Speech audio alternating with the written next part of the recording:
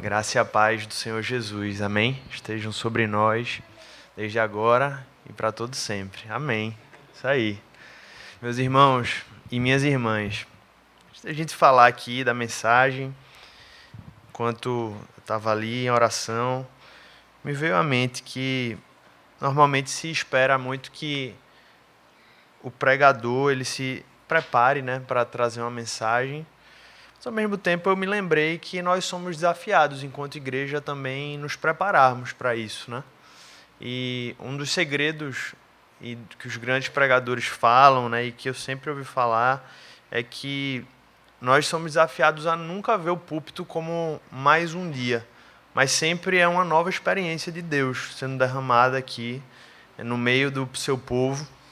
E eu creio que isso se aplica também à minha e à sua vida enquanto estamos ouvindo a palavra.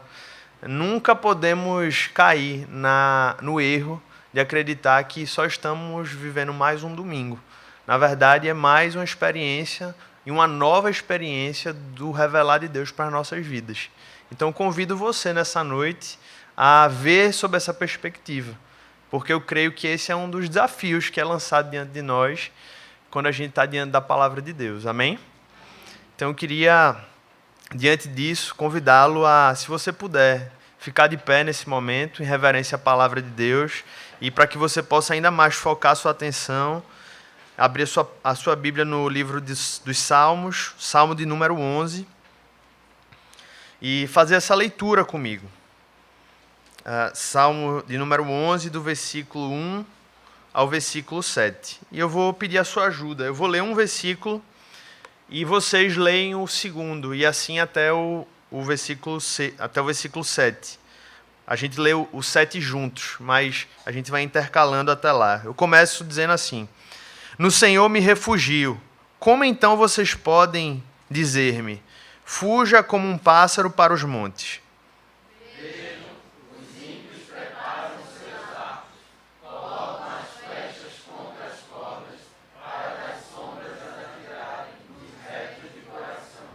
Quando os fundamentos estão sendo destruídos, que pode fazer o justo?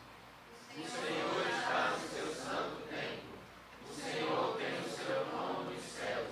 Seus olhos observam, seus olhos examinam os filhos dos homens. O Senhor prova o justo, mas o ímpio e a quem ama a injustiça, a sua alma odeia.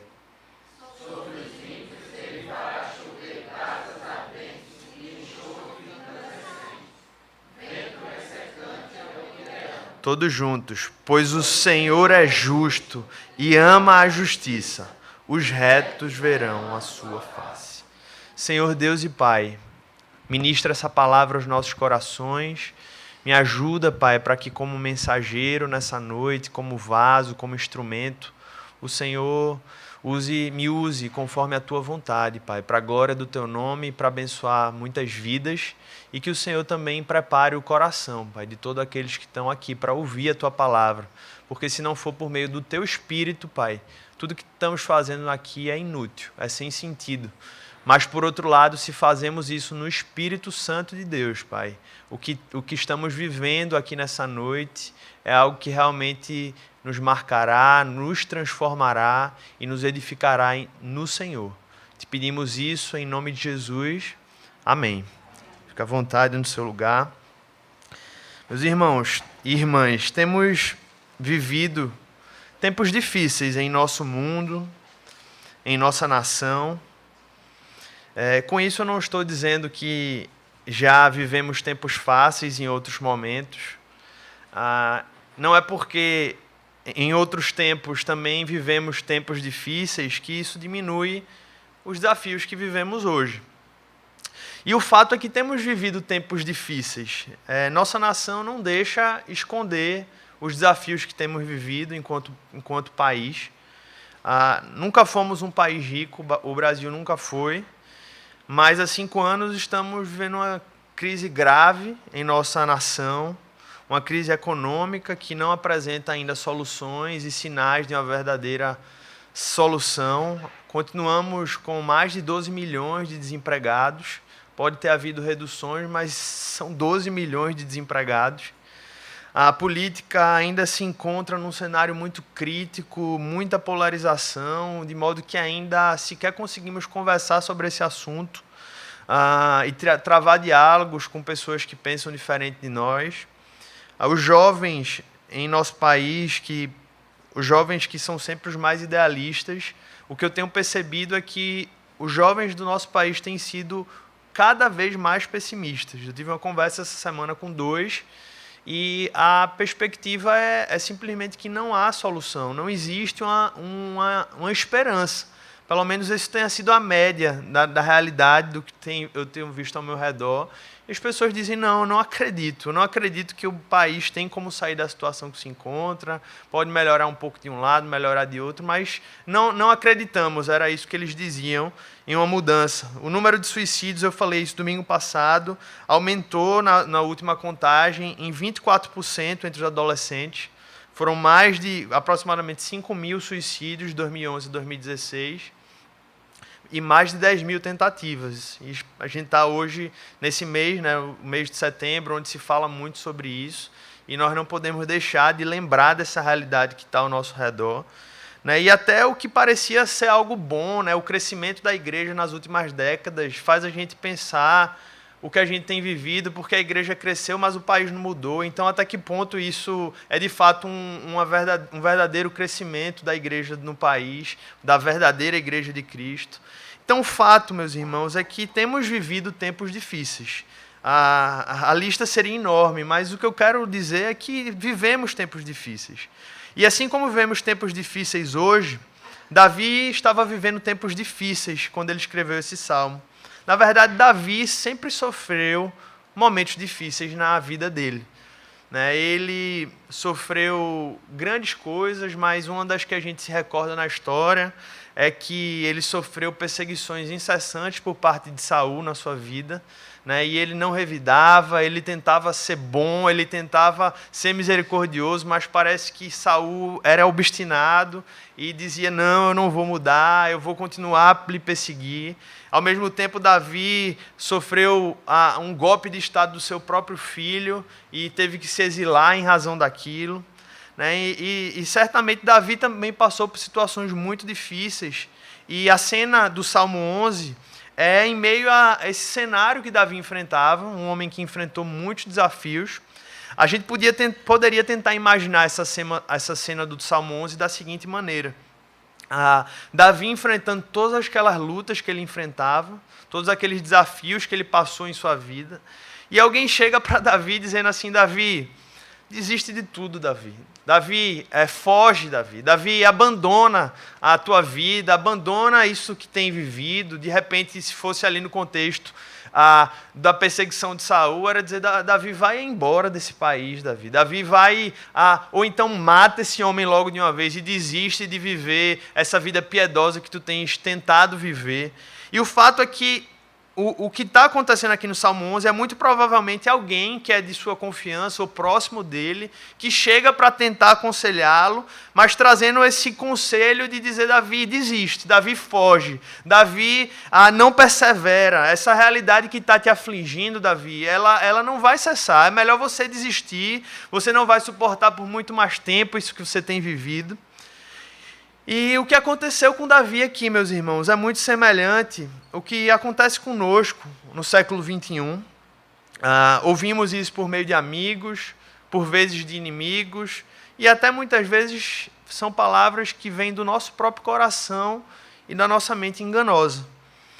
Pensamentos que vêm diante de situações difíceis, onde a gente ouve palavras para desistirmos do nosso casamento, desistirmos para os jovens de estudar para aquela vaga de vestibular ou para aquela vaga de emprego, desistir de crer no Senhor Jesus, porque isso talvez seja só uma grande ilusão do nosso coração e um mito da história, desistir de acreditar na salvação daquela pessoa que temos orado dia e noite com lágrimas, porque cremos que ela precisa ser salva. Ouvimos também pessoas dizendo para desistirmos de a gente deixar de buscar viver de acordo com a palavra de Deus, porque na verdade isso só tem nos trazido problemas, e de fato isso nos acontece quando decidimos viver piedosamente acabamos sendo perseguidos e sofrendo desafios em razão disso, e pessoas vêm diante de nós e dizem, deixa isso para lá, está vendo que agora ser crente só te trouxe problema. E ouvimos também pessoas dizendo, desiste de lutar contra esse pecado, você nasceu assim, cresceu assim, agora tu quer viver contra isso. Pessoas que vêm e nos incentivam a desistir de congregar enquanto igreja, de ter comunhão, amizades cristãs. E essa lista seria certamente infinita, de coisas que vêm em nossa mente, de vozes que escutamos de terceiros, ou do nosso próprio coração enganoso, que dizem, olha, os tempos são maus, os tempos são difíceis, não há por que lutar, não há por que ter esperança. E eu certamente teria muitos outros exemplos para dar aqui. Mas a grande pergunta que surge é o que a palavra de Deus nos ensina a fazer diante de tempos difíceis, que é exatamente o tema da mensagem de hoje. A presença de Deus, né, em meio a tempos difíceis. O que o Senhor nos chama a viver em meio a tudo isso. E o exemplo da vida de Davi, meus irmãos, é certamente uma grande luz para cada um de nós aqui nessa noite. O que ele relata aqui nesse salmo, e que a gente vai explorar aqui nesse momento, é certamente uma grande luz, porque a palavra de Deus diz que a palavra, né, a Bíblia, é lâmpada para os nossos pés e luz para o nosso caminho. E eu creio que isso é um cumprimento, né, disso nessa noite aqui, porque a gente vai ler um texto e, por meio do Espírito Santo, nós cremos que ele vai nos ajudar a enxergar como lidar com essas situações que surgem diante dos nossos olhos. E eu queria falar aqui de 3 posturas e de 3 pontos, 3 ideias que a gente não pode deixar de perceber e de entender diante dos tempos difíceis que enfrentamos. Primeira coisa, meus irmãos, é que claramente o texto nos mostra aqui que quando vivemos tempos difíceis, o que o Senhor nos chama não é para fugirmos da vida, mas o Senhor nos chama para buscar refúgio em Deus. O Senhor Jesus foi muito claro ao dizer para seus discípulos que no mundo as aflições seriam certas. O Senhor Jesus nunca escondeu isso, mas o interessante é notar que Jesus nunca e em nenhum momento trouxe como solução para esse problema a fuga da realidade em que aqueles homens se encontravam. Vocês lembram de alguma orientação dessa do Senhor Jesus nas Escrituras? Ele nunca fez isso. Ele disse, no mundo tereis aflições, mas tende bom ânimo, porque eu venci o mundo. E com base na vida e no exemplo do Senhor Jesus, ele nos encorajou de fato a perseverar, a manter o ânimo, mesmo quando as situações não apresentavam esse aspecto positivo ou esperançoso. Irmãos, eu creio que, infelizmente, nós temos cogitado muitas vezes a possibilidade de desistir, de fugir, ou até usando a realidade que a gente está se lembrando nesse mês em nossa sociedade, né? Até a hipótese de tirar a nossa própria vida, que é o ápice do desespero humano, por não enxergarmos adequadamente quem nós somos e também não enxergarmos adequadamente quem Deus é. A teologia que paira em nossos tempos, ela faz de Deus alguém muito pequeno, ou alguém distante, alguém fraco, para não dizer inexistente, né? Porque o ateísmo tem buscado fazer com que as pessoas creiam nisso. Enquanto engrandece, supervaloriza e fortalece o homem. Ou seja, é uma teologia que faz com que o homem seja visto como grande e faz de Deus pequeno. E quando isso se faz apresentado às pessoas, a única realidade é a desesperança, porque o homem por si só é fraco. Mas quando ele é feito forte e ele falha, o desespero bate. Irmãos, nós precisamos mudar nossas lentes. Nós precisamos, especialmente falando com a igreja. Porque se eu estivesse falando com pessoas que não entendem do Evangelho, eu precisaria estar falando sobre realmente a morte, a ressurreição, a salvação, o arrependimento. Mas falando para pessoas que já entenderam o que foi a cruz, o que foi a morte de Cristo, eu creio que nós precisamos trocar nossas lentes. Precisamos enxergar o Senhor conforme Ele se revela em Sua palavra. Precisamos entender quem nós somos à luz das Escrituras. Salmo 17, versículo 8, logo próximo aqui desse salmo, a palavra de Deus, ao falar da experiência do homem diante desses desafios, o salmista fala assim para Deus, em oração: protege-me como a menina dos teus olhos, esconde-me à sombra das tuas asas. Veja como ele se coloca numa posição, ele usa até um termo, até do ponto de vista, assim, olhando, feminino. Mas isso não revela uma feminilidade dele, mas revela a fragilidade daquele homem, de se enxergar diante de Deus como fraco. Ele diz: Senhor, eu sei que eu sou a menina dos teus olhos, e eu sei, Pai, que eu preciso me esconder à sombra das tuas asas.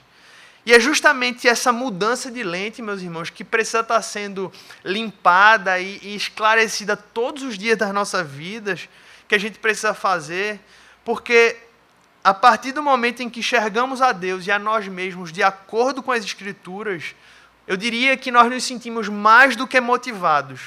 Nós nos sentimos impelidos a buscar refúgio em Deus, porque é como se a gente olhasse e dissesse: não há outra maneira, não há outro caminho. Isso é a única alternativa plausível e real que eu tenho diante dos meus olhos, porque buscar refúgio ou buscar fuga em qualquer outra coisa para não usar, assim, talvez a melhor palavra seja inútil. Não há sentido em buscar essa esperança, esse refúgio em qualquer outro lugar ou pessoa, porque fora de Deus não há esperança.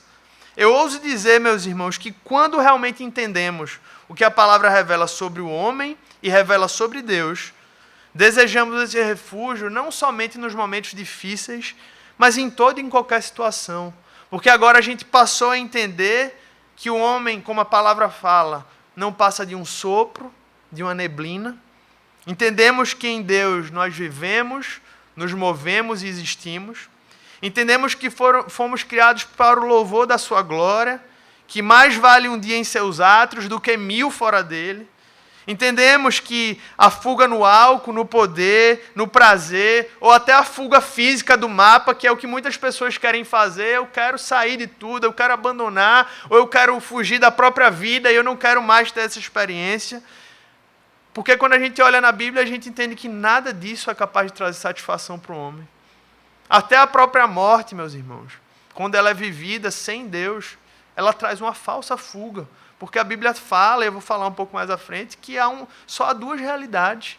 E a realidade daqueles que morreram sem Deus é viver eternamente sem Deus.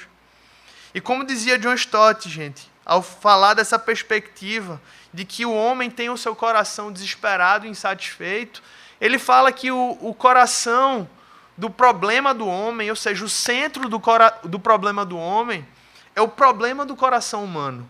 O problema é que o nosso coração é desesperadamente corrupto, insaciável. E enquanto não entendemos isso, nós vamos estar buscando fuga de um lado, de outro, de outro e de outro. E a satisfação ela nunca vai ser feita, nunca vai vir. Enfim, meus irmãos, diante dessa experiência de Davi, a palavra deixa muito claro para a gente que estar refugiado em Deus é a única maneira de se viver uma vida saudável, satisfeita e plena, bem-aventurada, cheia da presença de Deus em nossas vidas. Amém? Diante de tempos difíceis, nós também não podemos esquecer, meus irmãos.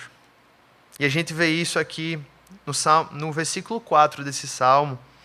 Veja como é profundo esse versículo 4. Ele diz assim, depois que Davi responde essa primeira provocação, ele fala: o Senhor está no seu santo templo, o Senhor tem o seu trono nos céus, seus olhos observam, seus olhos examinam os filhos de Deus. Eu creio que diante de tempos difíceis, nós não podemos esquecer de que Deus não nos deixou, de que Deus não perdeu o seu controle da história, muito menos das nossas vidas, meus irmãos. Davi fala: o Senhor está no seu santo templo. O Senhor tem o seu trono nos céus. Por que é tão importante entender isso? Eu diria que é porque uma outra falsa ideia que tem sido nos vendida e que somos tentados a crer, especialmente em momentos difíceis, é que Deus ele perdeu o controle da história. É que Deus talvez tenha optado por não se envolver na história, como o grande relojoeiro que deu ali o start no relógio e disse: segue o mundo, agora eu vou viver aqui os meus outros planos. Ou até, como eu disse antes, que ele não existe. Nietzsche, o grande filósofo, no sentido de reconhecido no século XIX, chegou a dizer nessas palavras que Deus estaria morto. Exatamente nessa perspectiva de um Deus que não se revelava, um Deus que não existia e que por conta disso nada poderia fazer. E a fé cristã histórica, meus irmãos, baseada nas Sagradas Escrituras, tem uma das firmes colunas de seus valores, que é crer não somente na existência de um Deus triuno e todo-poderoso, mas também em um Deus que detém o controle da história em suas mãos. Veja como isso é importante na forma da gente lidar com o mundo. Veja como é diferente a perspectiva de uma pessoa que olha para a humanidade, que olha para o mundo e tem uma forma de enxergar, de dizer assim, olha, o mundo está entregue. E uma outra pessoa que olha para a realidade que está ao nosso redor e diz, olha, eu creio. Ainda que eu passe por momentos de dúvidas, ainda que minha fé seja uma luta para que eu me mantenha firme, porque todos nós enfrentamos essa luta para mantermos a nossa fé, mas eu creio que o Senhor Deus está no controle da história, eu creio que o Senhor Deus está no seu santo templo, e eu creio que o Senhor tem o seu trono nos céus. Esse é o nosso desafio, meus irmãos, e esse domínio, esse poder, envolve não só a grande história de redenção, de criação, queda e redenção da humanidade, mas envolve a minha e a sua vida. Você crê nisso? Meus irmãos, a sua vida está nas mãos de Deus. Marcos estava falando para mim agora há pouco, antes de começar o culto, ele celebrando hoje 25 anos de casado, né? É como depois desses 25 anos ele olha para trás e vê que mesmo em meio a todos os dilemas, problemas e pecados, ele consegue ver Deus agindo e dirigindo a história da vida dele. Meus irmãos, eu oro para que você também possa estar olhando um pouco para a sua vida hoje e de um modo sobrenatural estar dizendo assim, Senhor, eu creio que o Senhor está dirigindo a minha história. E se eu tenho titubeado, Senhor, é como está nos evangelhos, né? Aquele homem que chega diante de Deus e diz, Senhor, eu creio, mas aumenta a minha fé. Porque muitas vezes somos assim diante de Deus, né? Senhor, eu creio, mas aumenta a minha fé. Porque é difícil, Senhor, diante de tantas coisas que se levantam. Do seu trono, meus irmãos, Deus criou o mundo e o ser humano. E do seu trono, Deus continua com o universo e com as nossas vidas em suas mãos. E é mais fácil crer na soberania de Deus quando as coisas estão bem. Um grande desafio, no entanto, é crer nisso quando as coisas não estão tão bem. Quando chega a doença, a crise financeira, a crise familiar, a perda inesperada, os conflitos existenciais, a crise de fé. Nesses momentos parece que a percepção da soberania de Deus fica mais embaçada diante dos nossos olhos. Mas como a gente cantou na música um pouco mais cedo, é só não esperar. Nós precisamos esperar e não deixar que as lágrimas embaçem o olhar. Porque quando elas embaçam, o Espírito Santo e a palavra é o que Deus nos dá para que os nossos olhos sejam desembaçados diante dele. E foi isso que aconteceu com Jó, meus irmãos. Normalmente, quando a gente ouve o final da história de Jó, melhor dizendo, normalmente a gente dá ênfase ao final da história de Jó, fala do sofrimento dele, mas normalmente a gente não atenta muito bem para o que aconteceu ali no meio. E tem algo muito importante que aconteceu ali no meio daquela história, que certamente foi completamente importante para o que aconteceu no final. O livro de Jó é um livro extenso, tem 42 capítulos, e quando a gente só olha para o final, a gente tende a esquecer tudo o que aconteceu no meio daquela história. Em meio a todo aquele sofrimento, as provocações dos amigos, da esposa, toda aquela questão, a Bíblia relata que Jó fez 16 perguntas e 34 queixas a Deus diante do sofrimento que ele estava vivendo. Ou seja, às vezes a gente vê Jó muito como um grande herói. E, de fato, temos que reconhecer que ele foi um homem de Deus em meio àquela situação. Mas quando a gente olha, nós vemos que ele teve as suas queixas. Ele teve, no final das contas, aqui, 50, 34 mais 16, 50 interpelações diante de Deus em meio àquele momento de sofrimento registradas nas Escrituras. E é curioso, meus irmãos, que depois dessas 50 interpelações de Jó, é que Deus vem e rompe o silêncio. Deus se manteve em silêncio durante todo o livro. E quando chega no capítulo 38, e eu queria convidar você a ler essa passagem, Deus rompe o silêncio e faz nada menos do que 70 perguntas a Jó. 70 perguntas a Jó. Eu não vou ter tempo de ler essas 70 perguntas, mas depois você lê na sua casa, do versículo 38 ao 41 de Jó. Mas eu queria ler alguns versículos, do 1 ao 7.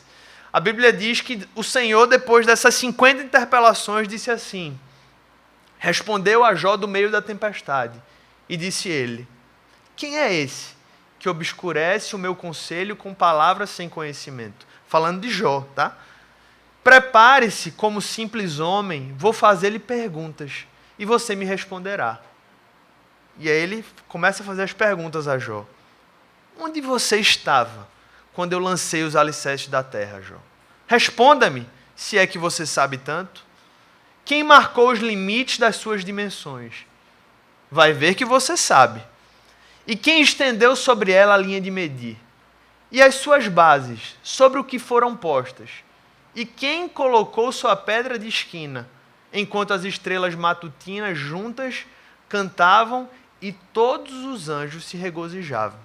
Ou seja, Deus começa a trazer perguntas dizendo: Jó, tu achas que de fato tu sabes tudo que tem acontecido? Tu achas que tu tem todas as respostas?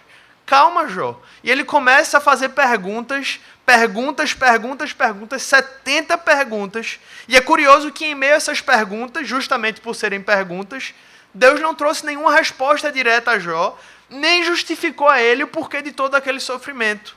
Deus se limitou, por meio daquelas perguntas, a afirmar para aquele homem o seu poder e a sua soberania na história.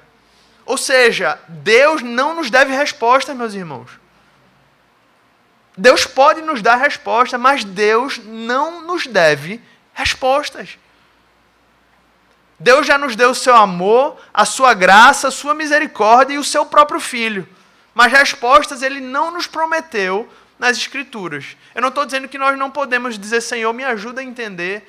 Mas se Ele não nos fizer entender o porquê temos vivido certas situações, nós não temos o direito de se rebelar contra Deus, porque Ele é quem está no controle, não somos nós. Amém? Meus irmãos, eu creio que isso precisa ser entendido por muitos de nós, porque assim como a Davi foi revelado, nós precisamos crer e enxergar pelos olhos da fé que o Senhor, no seu trono que está nos céus, eu repito, está regendo a história. Quando essa convicção ela é de fato infundida em nossas mentes e corações, os momentos difíceis que vivemos se tornam oportunidades para que nos tornemos mais sensíveis ao Senhor e para que a obra de Deus seja aprofundada em nossas vidas. E foi isso que aconteceu na vida de Jó. Depois daquelas 70 perguntas, o capítulo 42 fala que Jó respondeu ao Senhor, dizendo, exatamente depois de Deus acabar as 70 perguntas, é que Jó responde e diz: Senhor, tá bom, eu me rendo. Ele faz assim, né? Ok, Senhor, eu entendi. E fala assim: sei que podes fazer todas as coisas, Senhor. Nenhum dos teus planos pode ser frustrado. Tu perguntaste: quem é esse que obscurece o meu conselho sem conhecimento? Certo é que falei de coisas que eu não entendia. Coisas tão maravilhosas que eu nem poderia saber. Tu disseste: agora escute, e eu falarei, vou fazer perguntas e você me responderá. Meus ouvidos já tinham ouvido a teu respeito, mas agora os meus olhos te viram. Por isso, menosprezo a mim mesmo e me arrependo no pó e na cinza. Que o Senhor nos ajude a viver esse milagre de lidar com momentos difíceis, crer na soberania de Deus e nos submetermos à sua história que está sendo desenvolvida em nossas vidas. Amém? Por fim, meus irmãos, diante de tempos difíceis, de desesperança ou de injustiça, nós não podemos esquecer, por último, de uma última coisa. Que um dia os ímpios eles serão julgados e condenados, enquanto que os justos contemplarão a face de Deus. Gente, esse último ponto é importante, porque ele muitas vezes tem sido, eu não digo nem ensinado de forma contrária, mas eu diria que negligenciado nos púlpitos das nossas igrejas atuais.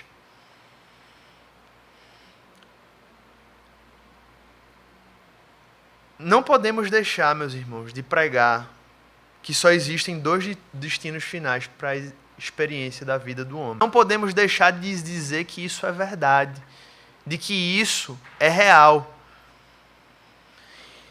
Existem aqueles, meus irmãos, que são conhecidos como justos e que serão conhecidos como justos diante de Deus, que foram salvos pelo Senhor, por crerem em Cristo como Senhor e Salvador de suas vidas e dedicarem a sua vida e dedicarem o seu viver a serem filhos e discípulos de Jesus nesse mundo. E são esses que o Senhor Jesus disse que reconheceria como ovelhas e que os receberiam na glória. Jesus falando: venham benditos de meu Pai, recebam como herança o reino que foi preparado para vocês desde a criação do mundo. Mas, por outro lado, existem aqueles que a Bíblia nomina dessa maneira de ímpios. Não sou eu que estou dando esse nome. É o Senhor Deus. Que são criaturas de Deus, mas não são filhos de Deus. E que decidiram viver de acordo com as suas próprias vontades e desejos. E por isso rejeitaram o senhorio de Cristo sobre as suas vidas, pois se fizeram senhores sobre a sua própria existência. E são esses que o Senhor Jesus nomeou de bodes, e que disse que no fim dos tempos as palavras para eles seriam: malditos, apartem-se de mim para o fogo eterno preparado para o diabo e os seus anjos. Essas palavras não são minhas, são do Senhor Jesus. E quando a gente lê no Salmo palavras tão fortes como: o Senhor prova o justo, mas o ímpio e a quem ama a justiça a sua alma odeia, e sobre os ímpios ele fará chover brasas ardentes e enxofre incandescente, vento ressecante é o que terão, nós não podemos deixar de ver a seriedade dessa palavra. E é justamente porque é tão séria e tão real que a Bíblia fala. Porque se fosse mentira, não precisava ser dito. É porque é verdade que precisa ser falado.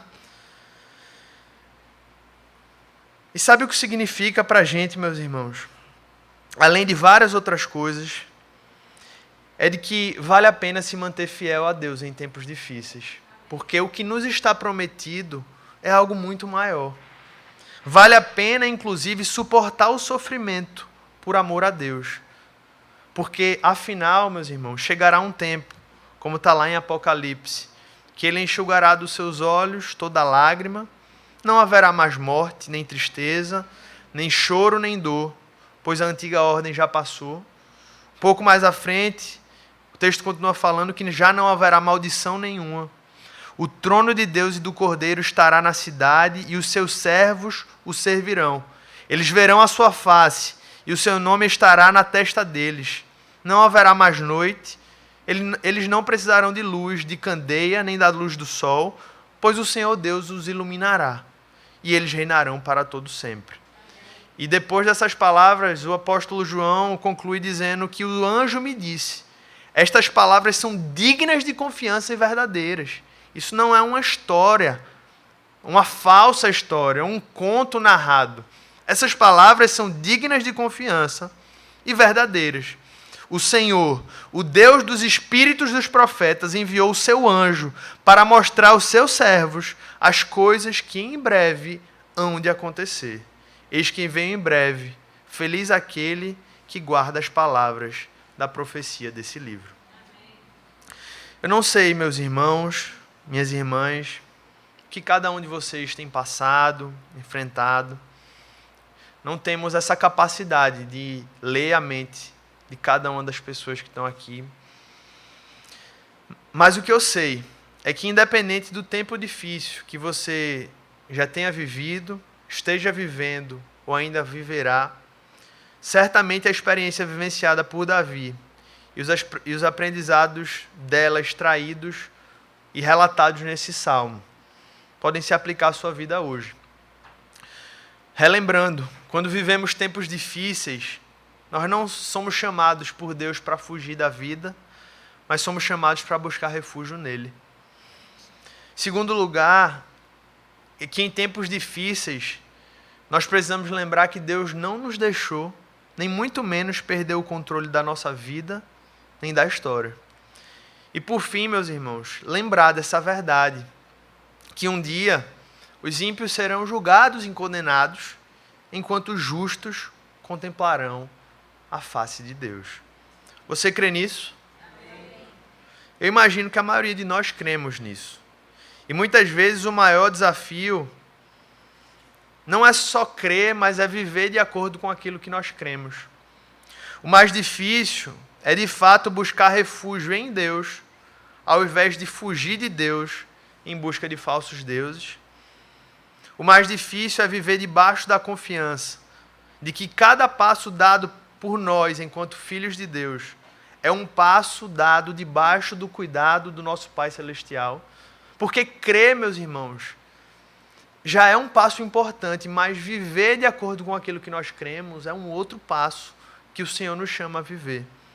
É mais difícil também viver tão focado nos novos céus e na nova terra que nos estão prometidos, de modo que cada pensamento, cada ação e cada decisão que tomamos seja de fato feita sob a perspectiva de que de fato viveremos eternamente com o Senhor. Porque nós cremos nisso, mas muitas vezes as nossas ações e a nossa forma de viver não reflete aquilo que cremos. Estou mentindo? Estou falando alguma coisa que não tem sentido? O nosso grande desafio é pegar aquilo que nós cremos e dizer: Senhor, se eu sei que a eternidade está diante de mim, por que muitas vezes eu não vivo como se essa verdade fosse de fato verdadeira? Porque eu não vivo de fato como alguém que é criado para ser eterno? Porque eu vivo como se a minha vida fosse acabar nos 80 e faço todos os meus planos, sonhos e projetos como se tudo acabasse aqui? Essa é a grande pergunta que eu creio que nós somos desafiados a responder e a refazer a nossa vida diante dessa realidade, meus irmãos. E Jesus veio ao mundo exatamente para, em primeiro lugar, nos reconciliar com Deus. E se você não se reconciliou com Deus ainda, se reconcilie em nome de Jesus. O Senhor Jesus está aqui nessa noite. Ele está te dando a oportunidade de ouvir o evangelho dele. Que ele morreu, ressuscitou e está operando a sua salvação por meio disso, no meio do mundo. Que em nome de Jesus você se reconcilie com Deus hoje, para a glória de Deus e para a bênção da sua vida. Em nome de Jesus. E Jesus veio também, meu irmão e minha irmã, para além de nos reconciliar com Deus, isso tem muito a ver com todos nós que somos crentes em Jesus, para nos possibilitar viver uma nova vida por meio do Espírito Santo agindo em nós. Porque se reconciliar com Deus é uma parte fundamental para que a gente diga: Senhor, o Senhor me salvou. Mas nós precisamos entender que agora o nosso desafio é viver uma nova vida em Cristo, por meio do poder do Espírito Santo em nós. Então, se você ouvir uma mensagem como essa, você diz: sim, eu quero viver dessa forma. Eu sei que eu preciso viver dessa forma. Eu creio que a maioria de nós responde dessa maneira. Eu sei, eu quero, eu preciso. O grande desafio que surge é exatamente: Senhor, eu sei que eu quero, eu sei que eu preciso, mas o grande milagre é a capacidade de viver dessa maneira. E eu creio, meus irmãos, que isso somente é possível por meio da ação do Espírito Santo de Deus em nossas vidas. De manhã, na Universidade da Vida, e concluindo aqui por conta do horário, né? A gente falando sobre a história de Deus, do plano de redenção. Um dos últimos comentários que surgiu foi dizer: cara, então quer dizer que a história toda se desenrolou e nada dava certo, Adão não deu certo, Noé não deu certo, Abraão, Isaac, Jacó, Moisés, e como é que é isso? Eu disse: meus irmãos, em primeiro lugar, Deus não errou. o plano de Deus está sendo executado na história. Os erros, em muitos momentos, foram nossos. Mas a grande lição que nós podemos tirar, dentre várias, do desenrolar do plano de redenção de Deus na humanidade, é que Deus usou todos esses exemplos de falhas, mesmo com as suas virtudes, para nos revelar de forma muito clara de que nós seríamos completamente incapazes de vivermos de acordo com a sua vontade, por nós mesmos. E ele primeiro apresentou Jesus dizendo, esse é o modelo perfeito. E depois, quando Jesus foi, ele disse, eu vou deixar do meu Espírito, porque por meio do Espírito Santo de Deus, o homem pode viver uma nova vida, e viver uma nova vida que seja capaz de viver e de exercer e de praticar e de colocar tudo aquilo ali de acordo com a vontade de Deus. Então não teria como concluir, meus irmãos, uma mensagem dessa, sem dizer que se nós queremos viver isso, se nós queremos lidar com tempos difíceis de acordo com a vontade de Deus, queremos nos refugiar em Deus, queremos crer na soberania de Deus, queremos crer de fato que um dia contemplaremos a face do Senhor e deixar que tudo isso invada os nossos corações e nos faça pessoas que de fato não só creem, mas vivem de acordo com o que nós cremos, nós precisamos da presença do Espírito Santo de Deus em nossas vidas, precisamos ser cheios da palavra e precisamos dizer, Senhor, me ajuda em nome de Jesus. Então eu queria convidar você a fechar os seus olhos nesse momento e diante dessa palavra, diante disso que o Senhor